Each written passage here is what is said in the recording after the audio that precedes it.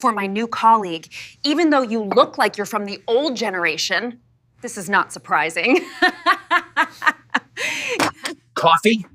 Don't pretend to be so kind. I'll open my eyes to see how long your generation can last. The coffee didn't just smell wrong, it smelled intentional. One sniff, and a sharp mix of burnt syrup and warm metal punched up into my nose. The kind of scent you only notice in two places: a cheap carnival stand or a lab accident report. And since we weren't anywhere near a carnival, my fingers froze on the porcelain handle, tightening just enough to tell my brain something wasn't normal. Across from me, Lila Harrington watched with the anticipation of someone waiting for a fuse to burn down. She wasn't subtle about it. Her smile stretched too long, too perfectly rehearsed for a first-day greeting. Tell me, are you feeling the same strange tension I felt in that moment and while you're here? Let me know where you're listening from. And honestly, about 95% of you are following the story but haven't hit subscribe yet. That statistic hurts my feelings more than Lila's smile did. Go ahead and tap that button, it keeps these stories coming. Now, back to that cup of coffee, where everything truly started to unravel. Drink it, she said lightly. A little too lightly. As if she were offering poison in a Hallmark card. I didn't. I placed the cup back on my desk slow, deliberate, like returning a loaded weapon to the table without pulling the trigger. That's when I heard it. A whisper behind me. Low but crystal clear. The old man should know my new position is worth celebrating. Old man. Celebrating. Right. My eyebrows lifted. Just a hint, but inside my chest something tightened. Suspicion has a particular sound. It starts like a soft vibration, then rings louder the longer you ignore it. And in that strange silence between her whisper and the steam curling from that questionable cup, it echoed. And before I even turned my head, I already knew two things. First, this wasn't a cup of coffee. Second, this wasn't a welcome. I didn't touch the cup again until late afternoon, long after Lila had floated out of the office on whatever cloud of self-confidence she rode in on. The mug sat on my desk like a dare, the strange metallic scent still clinging to its rim. Most people would have dumped it into the sink and gone on with their day. But 30 years in quality control does something to your instincts. It teaches you to listen when something isn't right. And that coffee was practically screaming. So I carried it into the analytical lab, the quietest room in the entire building, where the hum of the mass spectrometer felt steadier than the people I worked with. I slipped on a pair of gloves, pipetted a sample, and let the machine begin its slow, meticulous reading. Watching that screen load line by line always reminded me of reading a confession, each data point revealing something someone never meant to say out loud. The caffeine levels came back first. My eyebrows lifted. 7 times the standard concentration, I muttered. Not fatal, but certainly not normal. The next markers rolled in a stimulant compound banned in our production environment because it interfered with sensitive acoustic materials. Not explosive, not dramatic, just deeply, clinically wrong. That's when the cold feeling crawled up the back of my neck. This wasn't an accident. This wasn't someone's chaotic attempt at a morning pick-me-up. This was a choice. I expanded the analysis window, cross-referencing the compound identifiers with our internal restriction lists. The software brought up 3 flagged entries. One of them belonged to a batch number I recognized immediately, A47B. The same shipment that had been put on hold during last quarter's federal inspection. And then I saw the digital signature authorizing the material for use. Lila Harrington. My chest tightened, not with fear, but with the cold certainty of someone who has just connected the first 2 pieces of a much larger puzzle. I pulled up the inspection report, reviewing the reasons A47B had been frozen: contamination risk, improper storage, unverified handling. That batch should have never been anywhere near our production floor, let alone near anything meant to be consumed by a human being. Yet somehow, the same restricted chemical had ended up in my coffee. I leaned back on the lab stool, watching the data stabilize on the screen. Everything was precise, undeniable, and far too specific to be coincidence. 30 years in this field teaches you to recognize negligence, but this didn't look like negligence. It looked like intent, and as the machine beeped its final confirmation, I realized something else. This wasn't just about a bad cup of coffee. It was the first thread in a tangled mess someone thought I wouldn't be sharp enough to notice. They were wrong. And now that I had the first piece, I was going to pull the rest of the thread until the whole thing unraveled. Don't comment yet. The next paragraph will make you change your mind.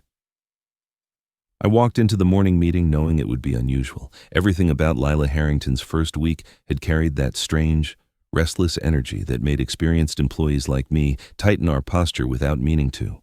As soon as I stepped into the conference room, she was already at the head of the table, tapping her pen as if the seat belonged to her by birthright. "Let's get started," she announced. Without waiting for the actual meeting lead to arrive, every eye in the room shifted toward me briefly, as if checking whether I would challenge her. I didn't. I simply took my seat and opened my notebook. She snapped her fingers toward the projector screen. "We're removing the entire quality control verification phase," she said. Several people inhaled sharply. I felt my jaw tighten, but I kept my expression neutral. "Tai qua toi chuan hon mei kai mai lao joy ong dung," she added with a grin, switching languages like she thought it made her sound clever. My pen hovered over the page for a second before I forced it to move again. 30 years of discipline kept my voice quiet, though the insult hit harder than she realized. Lila launched into a presentation filled with flashy graphics, but nearly empty of substance. She talked about creative freedom, breaking boundaries, and trusting instinct as if she were giving a motivational speech rather than rewriting the backbone of a multi-million-dollar safety system. I took notes meticulously, not because her ideas deserved it, but because documentation protects people like me when everything inevitably collapses. Halfway through her monologue, she clicked past a slide too quickly. I caught a glimpse of something she clearly didn't intend to show, a blank section where her required safety review acknowledgement should have been. A missing signature, a missing timestamp, a missing record of her even opening the production safety manual. My stomach sank with a cold. Professional clarity. She hadn't read a single page. Someone asked a technical question about acoustic material thresholds. Lila hesitated just long enough for the room to feel the crack in her confidence. Then she waved a hand dismissively. "Details slow us down. Innovation doesn't wait for paperwork." The engineers exchanged looks. Paperwork, in our field, is what keeps buildings from burning. Still, I kept quiet. That was my job, to swallow the sting, to stay steady while someone younger tried to bulldoze a system they didn't understand. I wrote down her exact words, every reckless promise, every careless dismissal. My silence wasn't agreement, it was preparation. When the meeting finally ended, Lila strutted out as if she had revolutionized the company. I closed my notebook slowly, feeling the weight of what I had just witnessed. She thought she'd won something that morning. She had no idea she'd only handed me proof that would matter far more than her temporary authority. I felt the first quiet spark of resistance, settling into place like a promise I intended to keep. If you think you understand, the next paragraph will change your mind. Trouble always seems to strike at the exact moment you pray for a quiet night. And this one was no different. I was halfway through reviewing the chemical analysis from the lab when my phone buzzed with the first customer complaint, a distorted hum. The message said, then came another sharp crackles whenever the volume reached midway. By the third alert, describing a spark leaping from the speaker's frame, the tension in my chest tightened like a wire pulled too far. I opened the internal dashboard, and the numbers rising on the screen made my stomach drop. The failure rate graph, normally a calm blue line, spiked into angry red peaks, each one climbing higher than the last. These units belonged to the first batch released under Lila's new intuition-driven model, no verification, no quality checks, just blind confidence dressed as innovation. Now they were malfunctioning across multiple states, and every alert that chimed sounded like another fracture inside the system. I tried to breathe evenly, but the air around me felt thin, stretched tight against the walls. When the fourth alarm chimed, I grabbed my keys and drove to the facility. The parking lot was deserted, the kind of empty that amplifies even the smallest sound. Inside, the prototype testing bay came alive under harsh strips of white light, humming like a restless machine desperate to confess something. Several units sat on the bench, still warm from earlier tests. I powered one on, and the distortion roared instantly and ugly, vibrating snarl followed by a pop that carried the unmistakable scent of scorched plastic. I was examining the second unit when my phone buzzed again, this time with a message I did not expect at 2 o'clock in the morning. It was from the CEO. I trust you can handle this, but don't let Lila know I reached out. For a moment, I just stared at the screen, the glow reflecting off the metal casings scattered across the table. There it was, the quiet admission he would never speak aloud.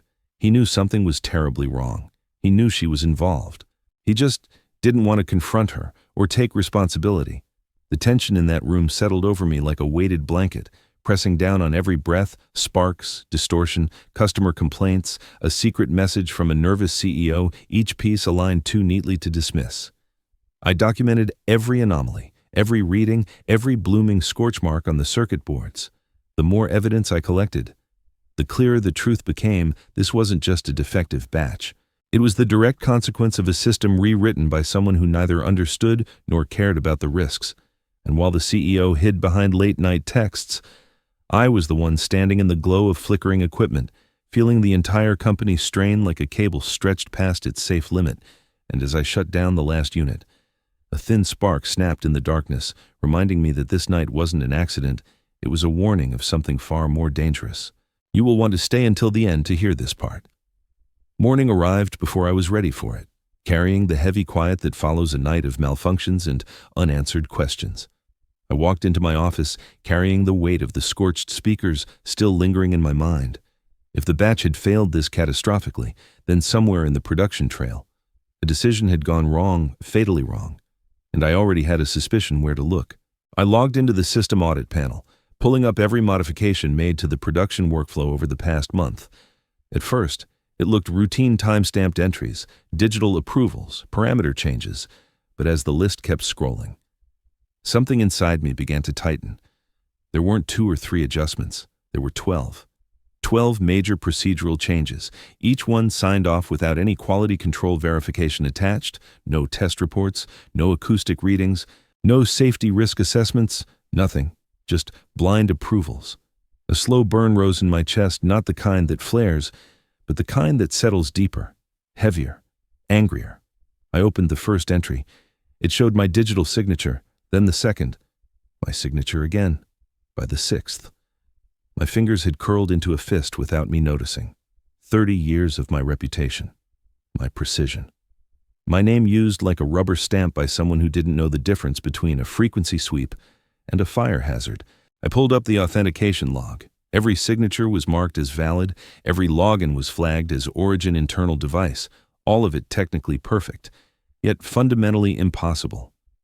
I'd been in meetings during most of these timestamps, one of them a meeting with the CEO himself. I remembered exactly where I was sitting. A cold, contained fury settled over me as I dug deeper.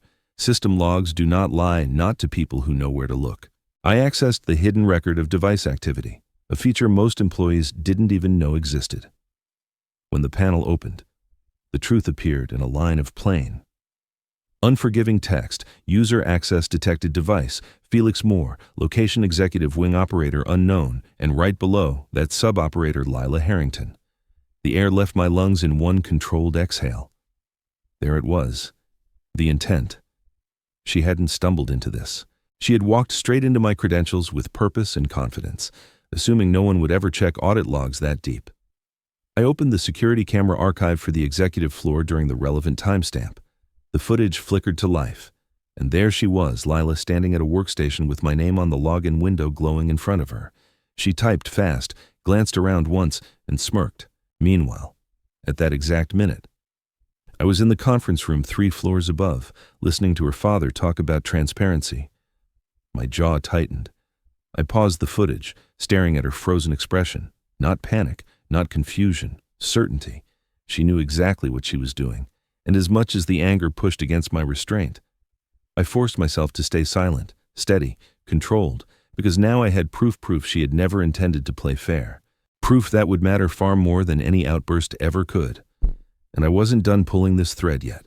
By the time the emergency meeting was called, I already knew how the room would feel: thick, charged, the kind of atmosphere where truth bends under pressure and people choose sides before anyone speaks. I walked in with the audit files tucked under my arm, still holding the weight of last night's discoveries, still feeling the simmering anger I had been forcing down since the moment I saw my forged signature. Lila was already seated at the center of the table, her posture defensive yet theatrical, like someone preparing to deliver a performance instead of an explanation. Her father, the CEO, stood beside her, jaw tight, clearly bracing for impact. when he saw me enter. He exhaled sharply as if my presence confirmed every fear he hadn't had the courage to voice. "We're here to discuss the failures in last night's release," he began. According to the logs, Lila cut him off with a loud, exasperated sigh. "According to the logs," she snapped. "Felix was supposed to oversee every step of that process, but he didn't. He dumped everything on me because he's been too lazy to keep up." Lazy. The word hit me like a slap across the face, clean, sharp, humiliating, for a second. The room blurred. 30 years of showing up early, staying late, solving problems no one else could see, reduced to that single, careless insult. The worst part wasn't the accusation, it was how quickly the CEO's eyes shifted to me, waiting for a confession I would never give. I didn't respond immediately. Silence can be both a shield and a blade, and right then, I needed it to be both. I opened my notebook, flipping to the page where I'd documented every failed unit, every timestamp, every inconsistency. My hands were steady, but inside. A cold fury pressed against my ribs. "That's not accurate," I said evenly. "I was here until midnight logging the test failures. Multiple team members saw me." Lila scoffed. "Working or napping in the lab again," she said, loud enough for the whole table to hear. A few people shifted uncomfortably, but one person, Mark, a senior board member who had been with the company almost as long as I had tilted his head slightly. His expression didn't change much, but his eyes narrowed with recognition. He had passed by the testing bay last night. He had seen me. He knew. It was a small thing, a raised eyebrow, a flicker of doubt in his gaze, but in a room full of people eager to swallow Lila's version of the truth, it landed like a crack in glass. And cracks, once formed, have a way of spreading. I lifted my gaze and locked eyes with Lila.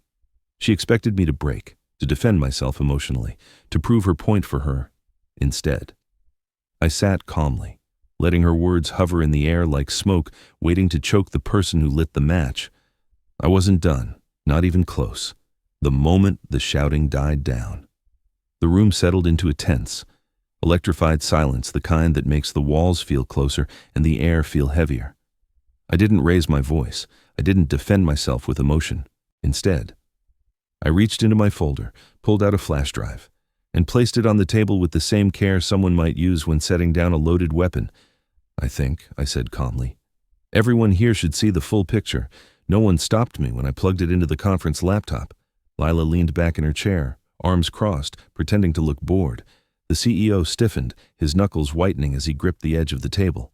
Mark, the board member who had silently backed me moments ago, leaned forward almost imperceptibly. I opened the first video. The footage flickered to life, time-stamped, high resolution, undeniable. The camera showed the executive wing workstation, my login glowing on the screen.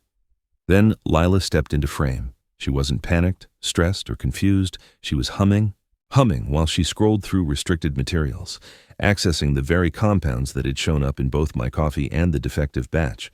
A few people audibly inhaled. I paused, glanced at the room, then continued. The next clip showed her mixing those chemicals in a small container, careless, quick, as if she'd done it before. Then another video, her deleting entire sections of the production log, replacing critical safety steps with vague notes like approved and verified, all under my stolen digital signature. I felt nothing in that moment. No satisfaction, no triumph, just a cold, professional focus, like lining up the final pieces of a puzzle someone else arrogantly assumed I wouldn't solve. The room remained silent, frozen. Then I played the last video. The camera showed the testing bay late at night. Lila stood beside a prototype speaker, holding a pair of studio-grade headphones. She slipped them on and hit play. The audio that erupted was unmistakable, the warped distortion, the harsh electrical snap, the same dangerous sound customers had reported hours before the failures began. She flinched, yanked the headphones off, and muttered, "Whatever, it's good enough," before signing off on the release. I paused the video at the exact moment her words echoed through the speakers. The sentence hung in the air like smoke, thick and incriminating.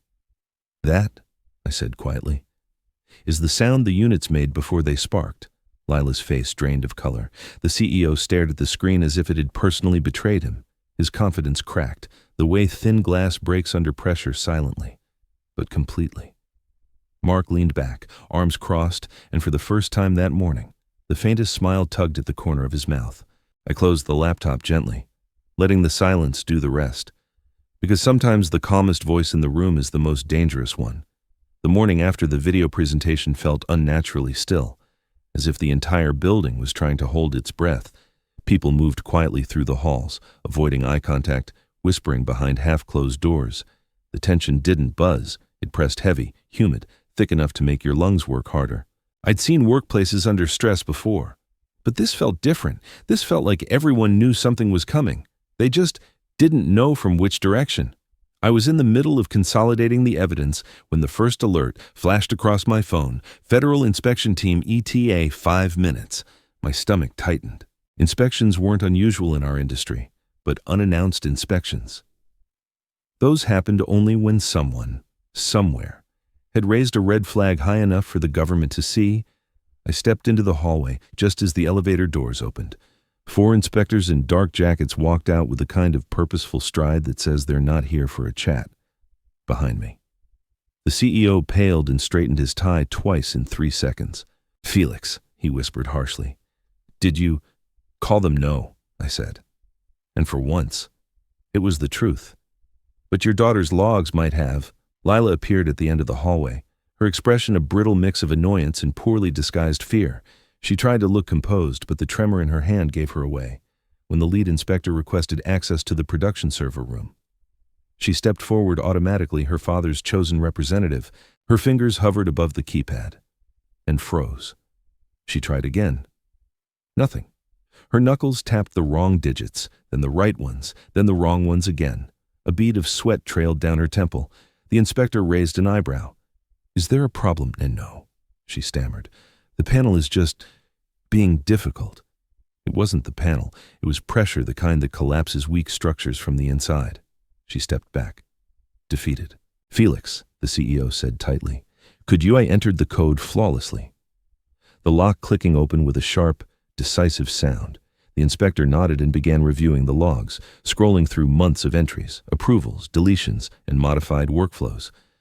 The room felt smaller with every passing moment. Lila's breathing sounded too loud. The CEO's shifting feet seemed amplified. Even the soft hum of the server racks felt accusatory. Then the inspector stopped scrolling. His eyes narrowed. He scrolled back. Once. Twice. Then he turned to the group. "Interesting," he said slowly. "It appears that for the last 3 months, only one person has followed every required safety and verification protocol." The room went silent. The inspector turned to me. "That person," he said, "is Mr. Felix Moore." Lila swayed slightly, as if the floor had shifted beneath her. The CEO swallowed hard, unable to look at me, and for the first time in weeks, the pressure in my chest eased just enough to breathe. There are moments in a career when the air in the room shifts, when everyone senses something irreversible is about to happen.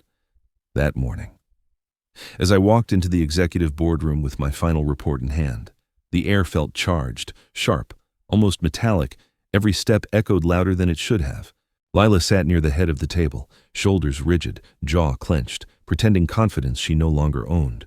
The CEO stood behind her, pale from yesterday's inspection, eyes darting between me and the stack of documents I carried.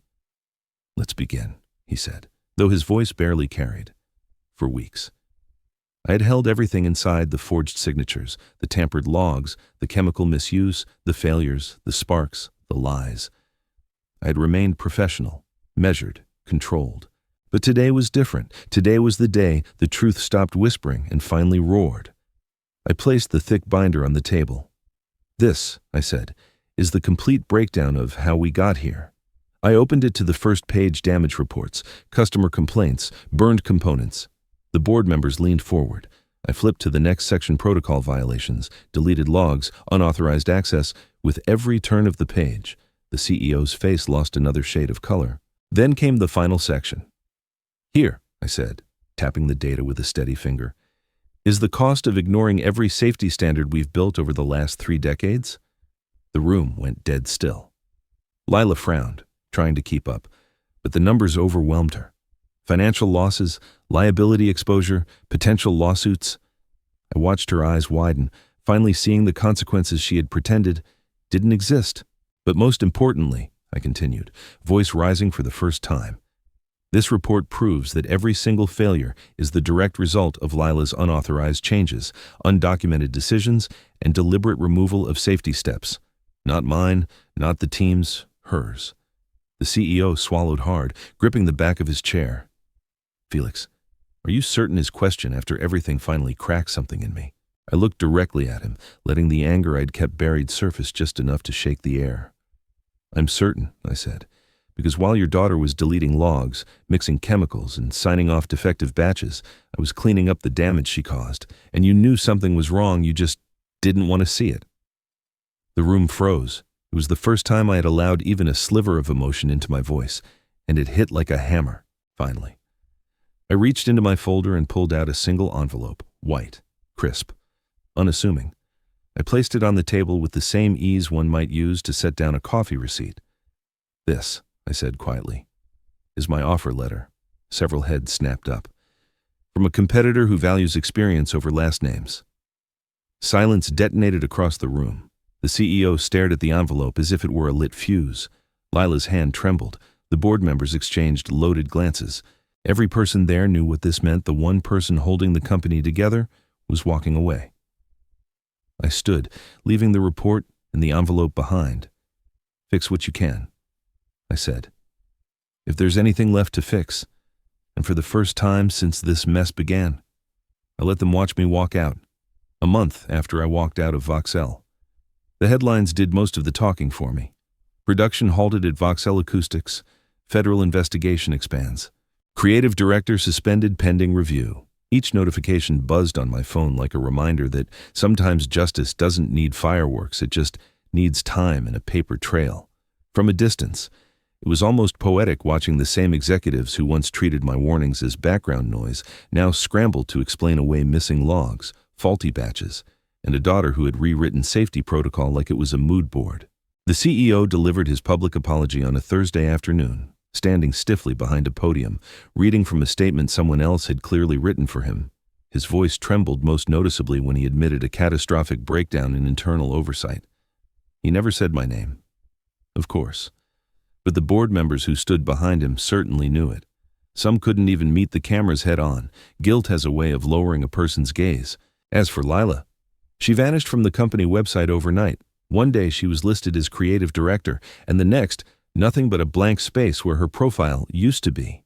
The internal memo that inevitably leaked described her suspension as temporary pending full review. But everyone who had seen the videos I presented knew better. You don't come back from falsifying signatures, deleting safety logs, and signing off dangerous products whose defects could have burned homes to the ground.